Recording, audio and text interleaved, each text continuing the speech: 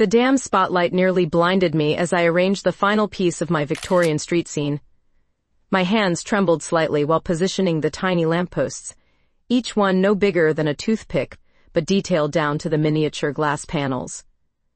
The community center's talent show had drawn a decent crowd, and I could feel their eyes on me as I worked my magic with tweezers and a magnifying glass. "Ladies and gentlemen, watch as Phoebe creates an entire world in the palm of her hand," the MC announced. I'd been crafting miniatures for 20 years, but performing in front of strangers still made my stomach churn. At 46, I preferred the quiet sanctuary of my workshop to stages and audiences. Yet here I was, building a cobblestone street complete with horse-drawn carriages and gas lamps, all while people watched my every move. The crowd murmured appreciatively as I added the final touches.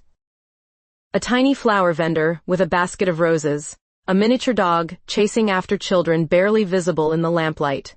Each piece told a story within the larger narrative of this pocket-sized Victorian evening. From the corner of my eye, I noticed someone in the back row leaning forward intently.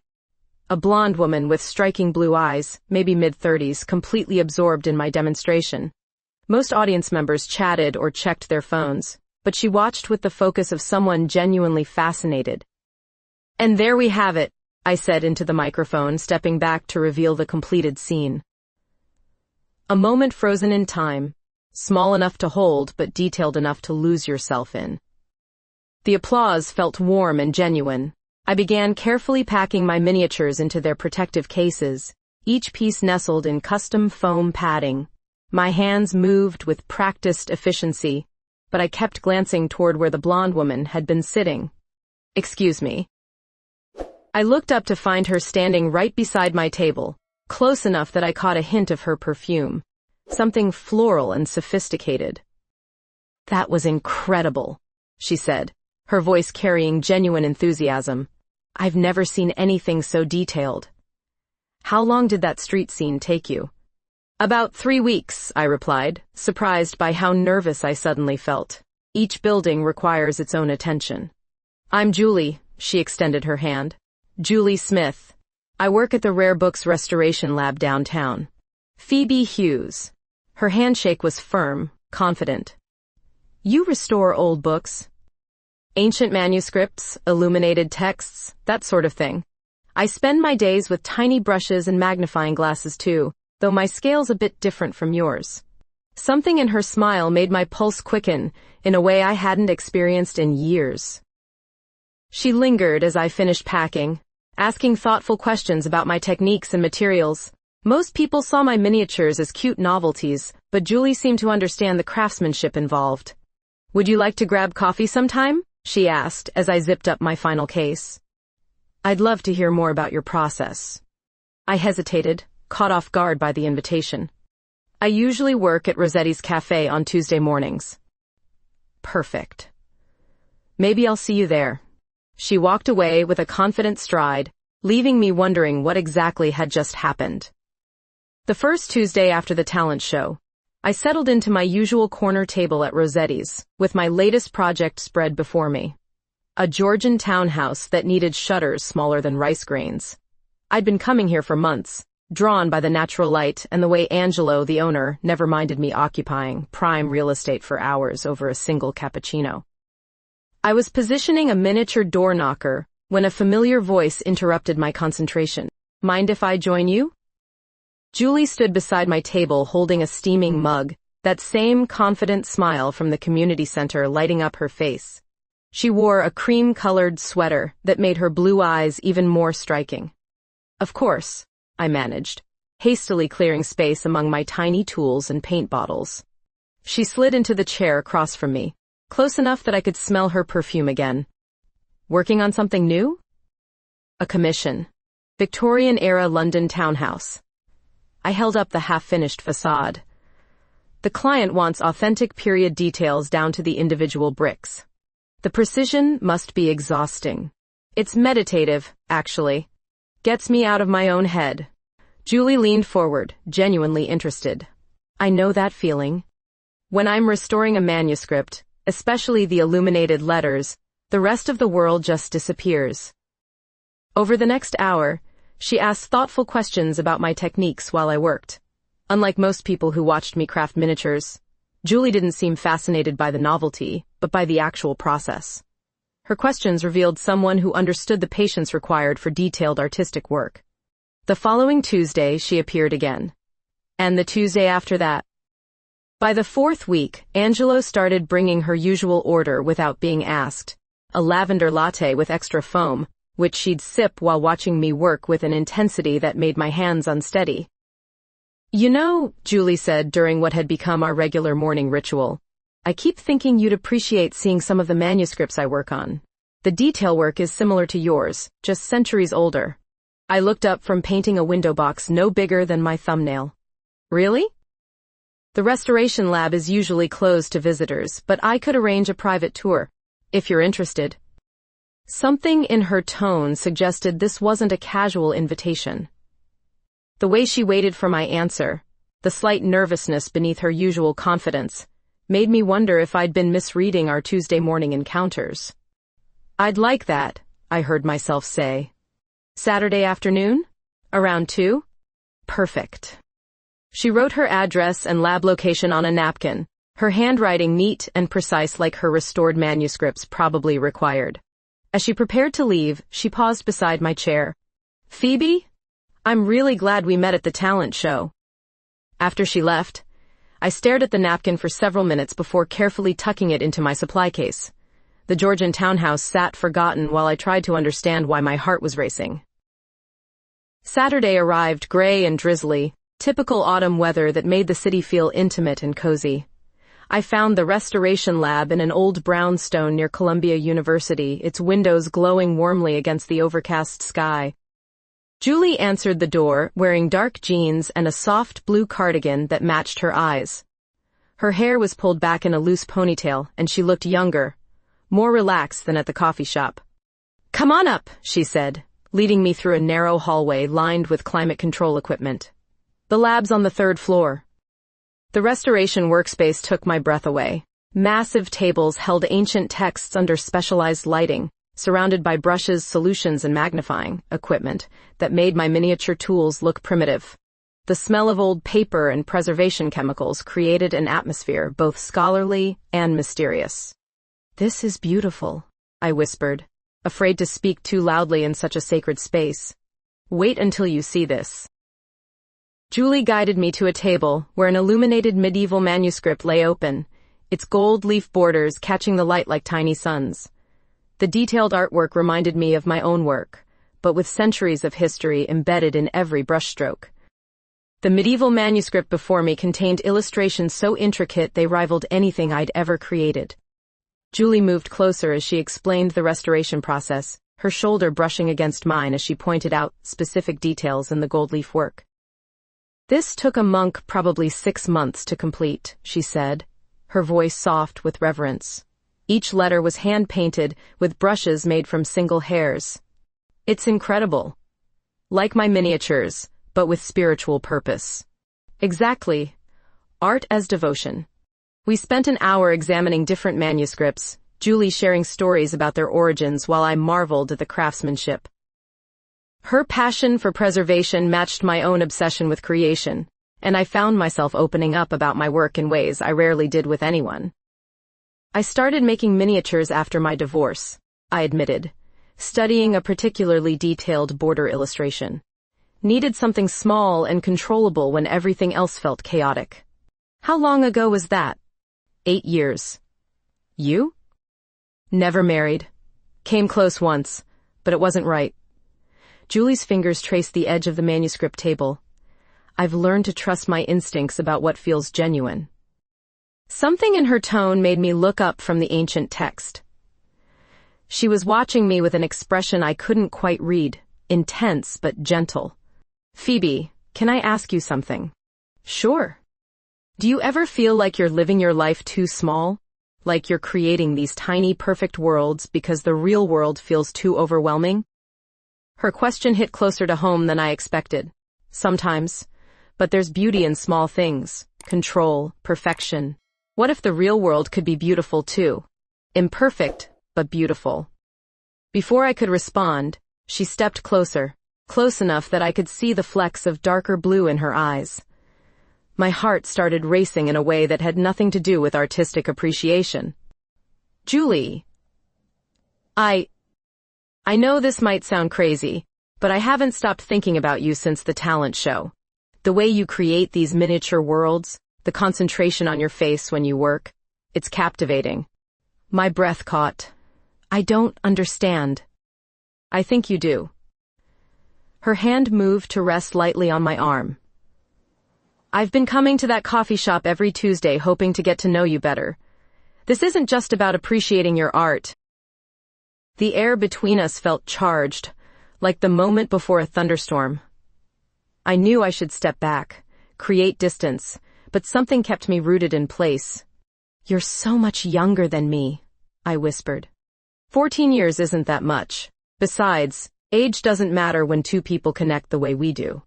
Julie, I struggled to find words for feelings I'd never acknowledged, even to myself. Never what? Been with a woman, thought about a woman this way. Instead of pulling away, she smiled with gentle understanding. Sometimes the heart recognizes something before the mind catches up. Her thumb brushed across the back of my hand, such a simple touch that sent electricity up my arm. Standing in that quiet lab surrounded by centuries-old manuscripts, something shifted inside me. The careful walls I'd built around my heart began to crack. I should go, I said, but made no move to leave. Should you? Julie leaned closer, her intention clear. I could smell her perfume, feel the warmth radiating from her skin. Every rational thought told me to step away, but my body had other ideas. When her lips met mine, soft and questioning, the kiss felt like coming home to a place I'd never known existed. My hands found her face, pulling her closer as years of carefully controlled emotions broke free. She tasted like lavender and possibility. We broke apart, breathing heavily, foreheads touching as we tried to process what had just happened. I started. Perfect, she finished. Absolutely perfect. Standing in that sacred space, surrounded by ancient love letters and illuminated prayers, I realized my miniature worlds had been preparation for this moment. All those tiny, perfect scenes were practice for recognizing something real and beautiful when it finally appeared. The kiss replayed in my mind for days afterward, making it impossible to concentrate on my current commission. I'd catch myself staring at half-finished miniature windows while remembering the softness of Julie's lips, the way she'd held my face like I was something precious. By Thursday, I was a mess. My hands shook while painting tiny shutters, and I'd ruined 3 separate window boxes trying to get the flower details right. Finally, I gave up and walked next door to Marcus's apartment. Marcus had been my neighbor for 5 years, a retired literature professor who collected vintage postcards and made excellent coffee. He took one look at my face and ushered me inside. "You look like someone who's seen a ghost," he said, settling me onto his worn leather couch. Something like that. I accepted the mug he offered, inhaling the rich aroma. "Marcus, have you ever had your entire world turned upside down by one moment?" "Frequently. Usually involves either love or death. Which category are we discussing?" "Love, I think." "Maybe. I don't know." He raised an eyebrow and waited patiently for me to continue. Marcus had a gift for listening without judgment, probably developed during decades of guiding confused students through literature. "There's this woman, Julie. She's been coming to the coffee shop, and last Saturday she showed me her work at the restoration lab. And she kissed me." The words came out in a rush. A real kiss. Not friendly, not accidental. Romantic. Marcus smiled knowingly. "Ah, the plot thickens." I've never been attracted to a woman before. At least I don't think I have. But with Julie, it feels so natural, so right. Does that make sense? Perfect sense. Love rarely follows the rules we set for it. But she's 14 years younger than me. What could she possibly see in someone like me? "Phoebe, you're a talented artist, intelligent, kind. Stop selling yourself short." I sank deeper into the couch cushions. I don't know how to navigate this. What if I'm misunderstanding everything? What if it was just a moment of curiosity for her? What does your instinct tell you? That she meant it. That this connection between us is real. Then trust that instinct. Meanwhile, across town at the restoration lab, Julie was having her own crisis of confidence. She'd barely slept since Saturday, alternating between replaying our kiss and worrying she'd pushed too hard too fast. "You're distracted," Sarah observed, watching Julie attempt to clean a manuscript page for the third time. Sarah had worked at the lab for 15 years and could read people like ancient texts. "Sorry, personal stuff." "Want to talk about it?" "You've been off all week." Julie set down her brush and sighed. "I kissed someone I really care about, and now I'm terrified I ruined everything." Details. "Her name's Phoebe. She's an artist, creates these incredible miniature scenes. I met her at a community talent show and have been completely smitten ever since." "And the problem is?" "She's older than me, 46, and I don't think she's ever been with a woman before." Sarah considered this. How did she respond to the kiss? She kissed me back. Really kissed me back. But then she got scared and left. Give her time to process. If the connection is real, she'll come around. What if she doesn't? Then you'll know you tried. But Julie, I've seen you pursue difficult restorations that everyone else gave up on. You don't quit when something matters to you. That Friday evening, I found myself walking past the restoration lab, hoping to catch a glimpse of Julie through the windows, like a damn teenager with a crush. The building was dark, but I lingered on the sidewalk anyway, remembering how natural it had felt to be in that space with her. My phone buzzed with a text from an unknown number. "Hope you're having a good week, missing our Tuesday coffee talks. Julie." I stared at the message for 10 minutes before typing back. Missing them, too. Her response came immediately. "Gallery opening tomorrow night. Contemporary artists downtown. Interested in going together?" My finger hovered over the keyboard.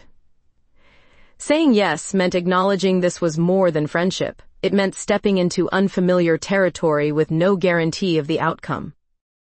But remembering the way Julie had looked at me in the lab, the gentleness in her voice when she'd asked about living life too small, I found my answer. "Yes." "What time?" 7. "I'll pick you up." I spent the rest of the evening trying on different outfits, settling on a black dress that made me feel confident without trying too hard. Standing in front of my bathroom mirror, I barely recognized the woman looking back. Her eyes held an anticipation I hadn't seen in years.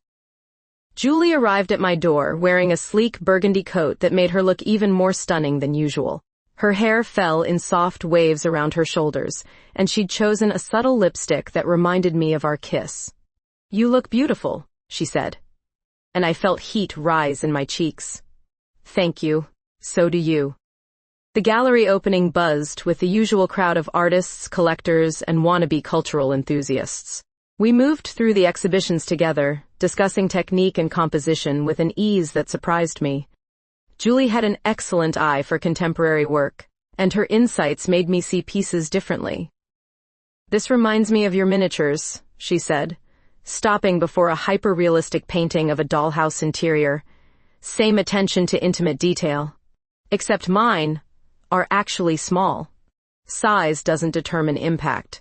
Your work creates entire emotional landscapes." We were standing close, studying the painting, when an older woman approached us with champagne flutes in hand. "Congratulations, you two," she said warmly, offering us the glasses. "Such a lovely couple. When's the wedding?" I nearly choked on my first sip. "Oh, we're not—" "The rings are beautiful," the woman continued, apparently not hearing my protest. "Very tasteful. My daughter just got engaged herself." Julie and I exchanged panicked glances. The woman had somehow spotted the simple silver band I wore on my right ring finger, a gift from my grandmother that I'd never removed, and assumed we were engaged. "Thank you," Julie said smoothly, slipping her arm around my waist. "We're very happy." The woman beamed and moved on to congratulate other couples. I stood frozen, acutely aware of Julie's hand resting on my hip, the way she'd claimed us as a unit without hesitation. "Sorry," she whispered near my ear. Seemed easier than explaining. "It's fine," I managed, though my heart was racing for entirely different reasons now. But it wasn't fine. The encounter left me rattled, confronting the reality of what dating Julie would mean. Public assumptions, questions I wasn't ready to answer, a lifestyle I'd never imagined for myself. We finished touring the gallery in uncomfortable silence. Every time someone looked at us, I wondered if they were making the same assumption the older woman had. Did we look like a couple? Was Julie as aware of the scrutiny as I was? "Want to get coffee somewhere quieter?" Julie suggested as we stepped onto the sidewalk. "Actually, I think I should head home. Long day tomorrow." Her face fell slightly. "Of course. Let me drive you." The car ride back to my apartment was tense with unspoken thoughts. Julie pulled up to my building but kept the engine running, clearly sensing my emotional withdrawal. "Phoebe, if tonight was too much..." It wasn't that. The gallery was lovely. But I struggled to find words for the confusion swirling inside me.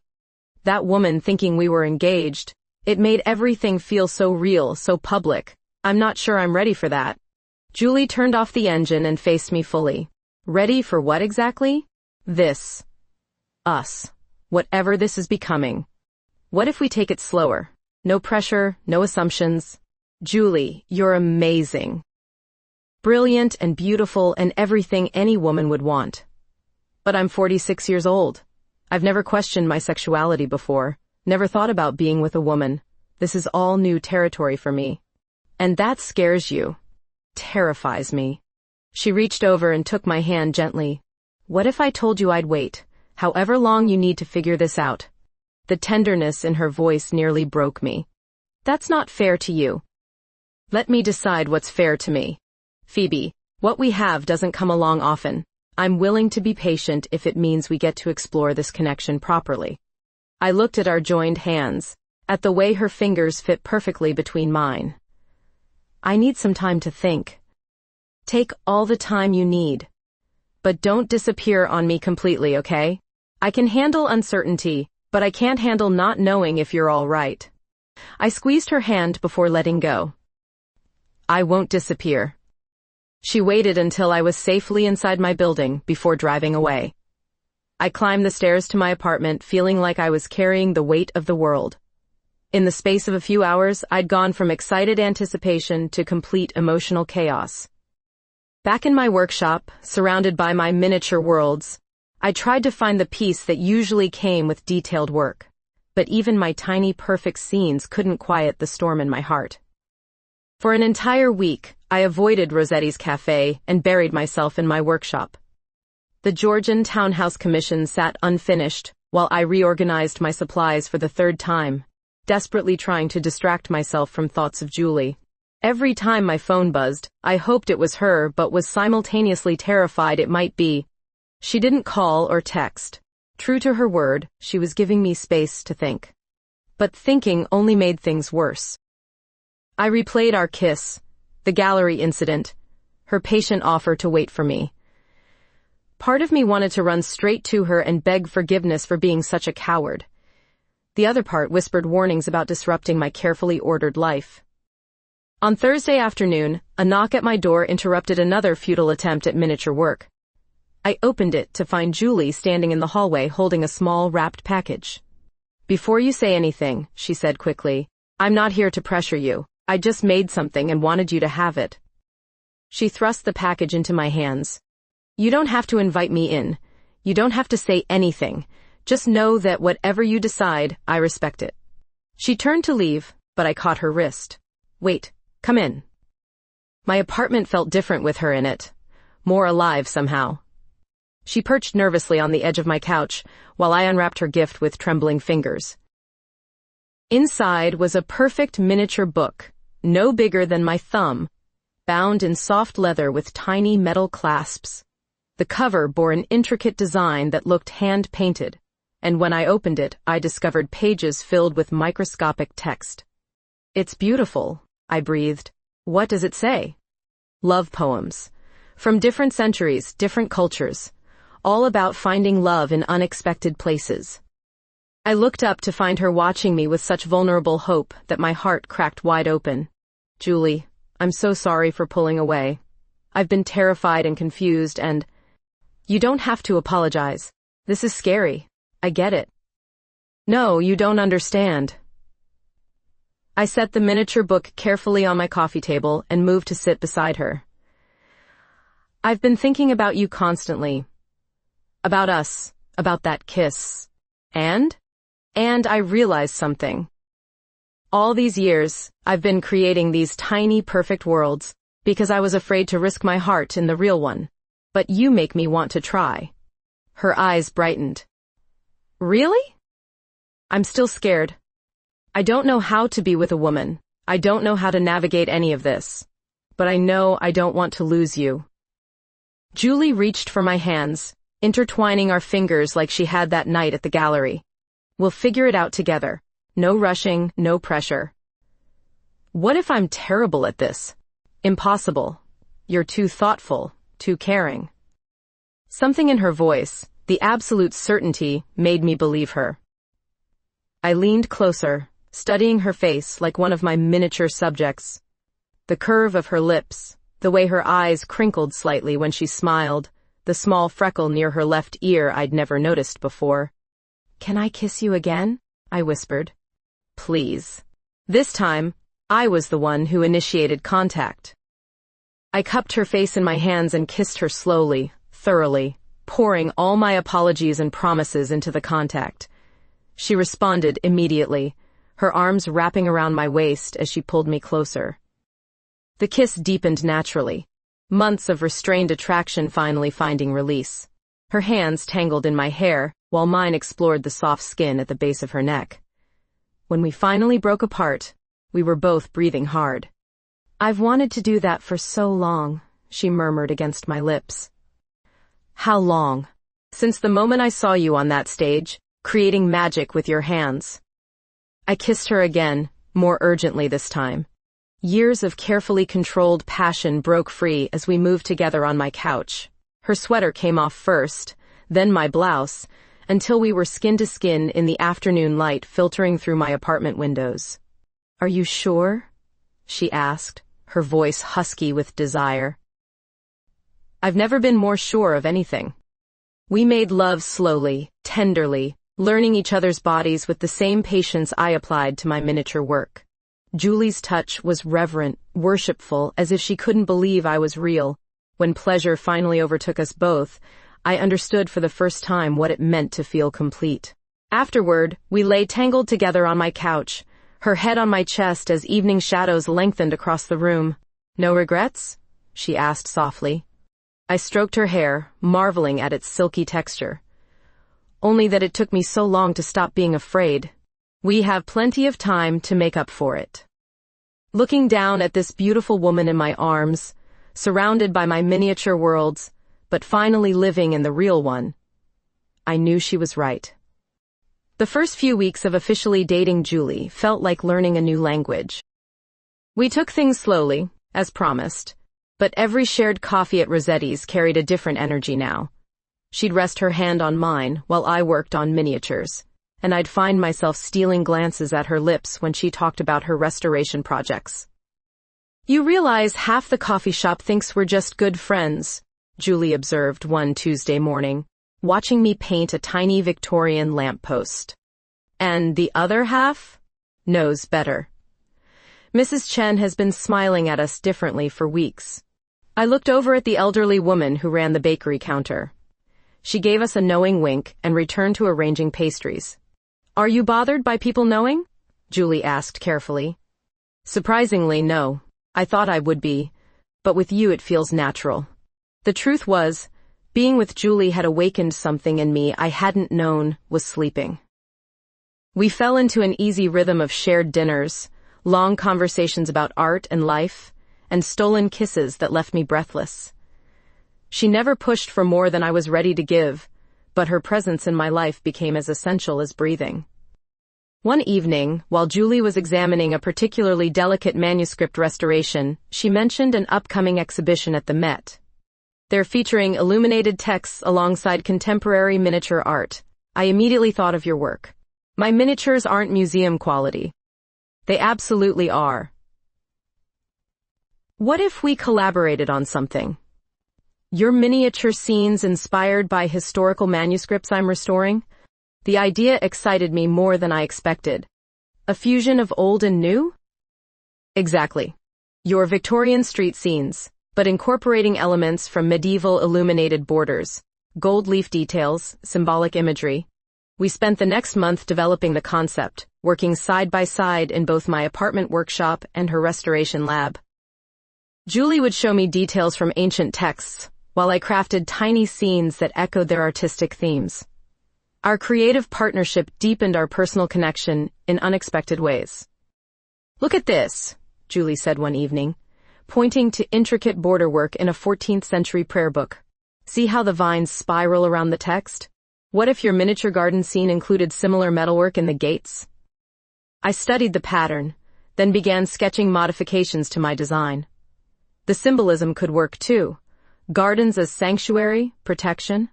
You get it. That's what I love about working with you. She said it casually, but the word love hung in the air between us. We hadn't used that word yet, both being cautious about the pace of our relationship. Marcus and Sarah had become our unofficial cheerleaders, often inviting us to dinner parties where we could relax completely. At one such gathering, Sarah raised her wine glass in a toast. To Phoebe and Julie, who proved that the best art comes from collaboration and the best relationships grow from genuine partnership. Hear, hear, Marcus added. You two restore my faith in finding love later in life. Julie squeezed my hand under the table, and I felt that familiar flutter of happiness that came with being claimed as hers in front of people who mattered. Later that evening, walking through Central Park after dinner, Julie stopped beneath a street lamp that cast golden light through the autumn leaves. Can I tell you something? She asked. Always. I love how you see the world. The way you notice tiny details others miss. The patience you have for creating something perfect. She stepped closer, her hands finding my face in the lamplight. I love how you've opened your heart to this, to us, even when it scared you. Julie. I love you, Phoebe. I know we said we'd take things slow, but I can't pretend this is anything less than love anymore. My heart swelled with emotions I'd thought were beyond me at 46. I love you too. I didn't think I was capable of feeling this way again, but you've changed everything. Our kiss beneath that street lamp felt like a promise, witnessed by the golden leaves drifting around us. When we finally walked back to my apartment, hand in hand, I realized I'd never felt more myself than I did with this remarkable woman beside me. Stay tonight? I asked as we reached my door. I was hoping you'd ask. We made love with a new tenderness, the words we'd finally spoken adding depth to every touch. Afterward, curled together in my bed, Julie traced lazy patterns on my shoulder. Our exhibition proposal got accepted, she said sleepily. What? When did you find out? This afternoon. I wanted to tell you in person, but then the evening got romantic and I forgot everything else. I sat up, suddenly wide awake. We're going to be in the Met? 3 pieces, displayed alongside 12th century illuminated manuscripts. Opening reception in 6 weeks. The magnitude of it hit me. My miniatures, created in solitude for so many years, would be viewed by thousands. But more than that, they'd be displayed as part of something Julie and I had built together. I can't believe it, I whispered. Believe it. We're going to show the world what magic looks like when 2 artists fall in love. 3 months into our relationship, Julie started leaving things at my apartment. First it was a toothbrush, then a change of clothes for mornings when she stayed over. Soon half my bathroom counter was occupied by her skincare products and the vanilla-scented lotion that I'd grown to associate with her touch. Is this bothering you? She asked one morning, noticing me staring at our toiletries mingled together on the counter. No. It's just strange how natural it feels. Good strange or bad strange? I pulled her closer, breathing in the familiar scent of her shampoo. Very good strange. We'd settled into domestic routines without discussing them. Julie would make coffee while I organized my miniature supplies for the day. I'd cook dinner while she worked on manuscript restorations at my kitchen table, her brow furrowed in concentration as she applied delicate touches to centuries-old pages. But living together, even part-time, revealed small incompatibilities. Julie left art supplies scattered across every surface, while I needed organized workspaces to function. She preferred the apartment warmer than I did. I liked morning quiet, she liked morning music. "You're reorganizing my brushes again," she observed one evening, watching me arrange her restoration tools by size and type. "They work better when they're properly stored. They work fine in a coffee mug. Julie, those brushes cost more than most people's rent. They deserve better than a coffee mug." She laughed, but I could hear mild irritation underneath. "Not everything needs to be museum perfect, Phoebe. And not everything needs to be chaos." We stared at each other across my newly organized workspace, the first real tension we'd experienced as a couple. "I'm sorry," I said finally. "I'm being controlling. And I'm being messy. We're both just adjusting." That night, we talked through our different living styles instead of letting resentment build. Julie agreed to be more mindful of shared spaces. I promised to relax my need for perfect organization. Compromise felt foreign after years of living alone, but Julie made it worth learning. Our exhibition preparation intensified as the opening date approached. We spent evenings perfecting the integration between my miniatures and her historical manuscripts, ensuring the lighting would showcase both the ancient gold leaf and my contemporary details. "The way you've incorporated medieval symbolism into Victorian architecture is brilliant," Julie said, examining my latest piece through a magnifying glass. "This rose window detail speaks to both eras. I couldn't have done it without understanding the original manuscripts. You've taught me to see historical art differently." Working so closely together revealed new depths to both our artistic abilities and our personal connection. When Julie struggled with a particularly challenging restoration, I'd sit beside her offering steady hands for delicate work. When I became frustrated with a miniature that wouldn't come together properly, she'd suggest solutions from her manuscript experience. One evening, after successfully completing our most ambitious collaborative piece, we sat on my couch admiring our work. The piece combined a miniature Victorian conservatory with illuminated border elements that seemed to grow from the tiny garden into three-dimensional space. "We should celebrate," Julie said, running her fingers through my hair. "What did you have in mind?" She kissed me deeply, her hands already working at the buttons of my blouse. After months together, we'd learned each other's bodies intimately, but tonight felt different, more urgent, more celebratory. We made love with passionate intensity, months of growing intimacy culminating in connection that felt both spiritual and physical. Julie's hands traced paths across my skin that sent electricity through my entire body. When I returned her touches, exploring the curves and softness that had become as familiar as my own reflection, her responses drove me to heights of pleasure I'd never imagined possible. Afterward, we lay intertwined on my living room floor, the completed collaborative piece visible on the nearby table. "I love our life together," Julie whispered against my shoulder. "Even when I reorganize your art supplies? Especially then. You take care of things, of me, in ways I never expected." I held her closer, marveling at how completely this woman had transformed my world. 6 months ago, I'd been living a careful, controlled existence focused entirely on miniature perfection. Now I was part of something larger, messier, and infinitely more beautiful. "The exhibition opening is next week," I said, suddenly nervous.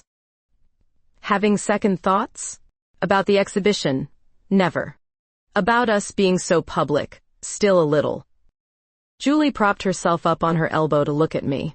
"We don't have to make a big deal about our relationship at the opening. We can just be two artists who collaborated.